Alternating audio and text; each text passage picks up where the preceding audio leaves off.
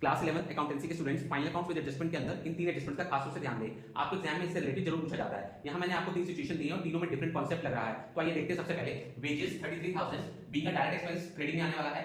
Insurance and rent दोनों indirect expense है, दोनों प्रॉफिट एंड लॉस अकाउंट के अंदर आने वाले हैं। ठीक है, तो हमें पता है कि जो भी आइटम हमें ट्रायल बैलेंस में दी होती है वो एक ही प्लेस पर आती है, तो हमने तीनों आइटम्स को एक एक प्लेस पर डाल दिया है। एडजस्टमेंट जैसा कि हम जानते हैं कि दो प्लेस पर आती है।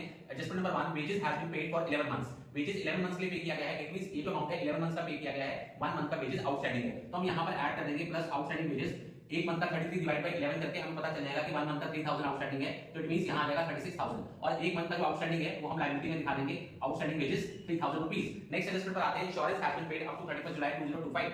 4 मंथ हो गए बेटे, अप्रैल मई जून जुलाई। अब स्टूडेंट क्या सोचेगा कि इंश्योरेंस 4 महीने का ये हो गया और 12 महीने यहां हो गए, तो हमने 16 मंथ्स का पे किया। लेकिन ऐसा नहीं होता है। इंश्योरेंस जब भी पे होता है वो किसी भी चीज का इंश्योरेंस हो, चाहे फैक्ट्री का हो, गाड़ी का हो, कार किसी का भी हो, जो इंश्योरेंस पे होता है वो हमेशा एनुअल होता है, 12 महीने का होता है। तो इट मींस 8 मंथ्स पिछले पीरियड में है और 4 मंथ्स अप्रैल मई जून जुलाई। अगेन ध्यान दीजिए, तो 4 मंथ जो है नेक्स्ट पीरियड के अंदर है, तो प्रीपेड रहेगा 4 महीने का। तो ये जो 15,000 पे हुआ है, कितने मंथ्स का पे हुआ है? 12 मंथ्स का। इस चीज का आपने यहां पर ध्यान देना है।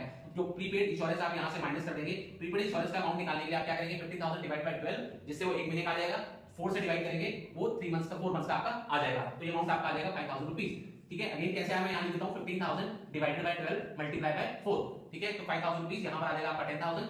एसेट साइड में आप लिख देंगे प्रीपेड इंश्योरेंस 5,000। नेक्स्ट एडजस्टमेंट पर आते हैं। Next adjustment is rent has been paid up to 30 June 2025। और रेंट के लिए ऐसा नहीं होता है जैसे कि इंश्योरेंस के लिए हुआ है। रेंट हमेशा जैसे यहां 30 जून 2025 बताया गया है, तो इट मींस 3 मंथ्स हो गए नेक्स्ट फाइनेंशियल ईयर के अंदर, तो ये जो रेंट पे किया गया है वो 15 मंथ्स का पे किया गया है। ठीक है, तो अगेन यहां पर 3 मंथ्स का जो रेंट है वो प्रीपेड है, तो प्रीपेड रेंट हम यहां से माइनस कर देंगे। प्रीपेड रेंट का अमाउंट निकालने के लिए 20,000 हमने टोटल पे किया है, वो 15 मंथ्स के लिए पे किया है। डिवाइड बाय 15 करेंगे तो 1 महीने का आ जाएगा, मल्टीप्लाई बाय 3 करेंगे तो वो 3 महीने का एडवांस रेंट आ जाएगा। तो इससे हमारा हो जाएगा 4,000 रुपीस। आउटर कॉलम में 16,000 लिख देंगे। प्रीपेड रेंट के अमाउंट को हम एसेट साइड में लिख देंगे, prepaid rent 4,000 rupees. So I hope कि आपको कांसेप्ट समझ में आ गया होगा। तो अच्छे से इसकी प्रैक्टिस कर लीजिए और ऐसे कॉन्सेप्चुअल वीडियोस के लिए फॉलो कर लीजिए हर्ष सर इंटरेस्ट क्लासेस।